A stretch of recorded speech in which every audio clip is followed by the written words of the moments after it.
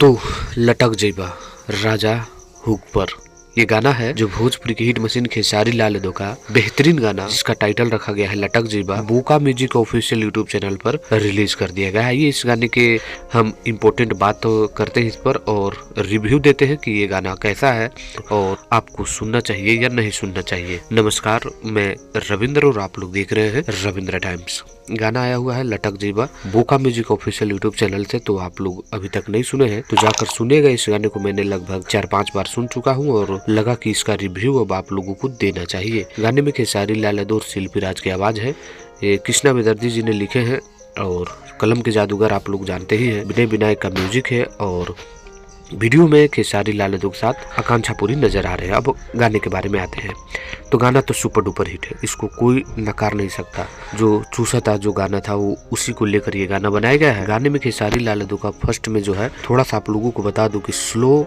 Motion है, लेकिन इतना जरूर कहूँगा कि गाना आप लोगों को सुनने के बाद 3-4 बार सुनने के बाद बहुत ही मजा आने वाला है।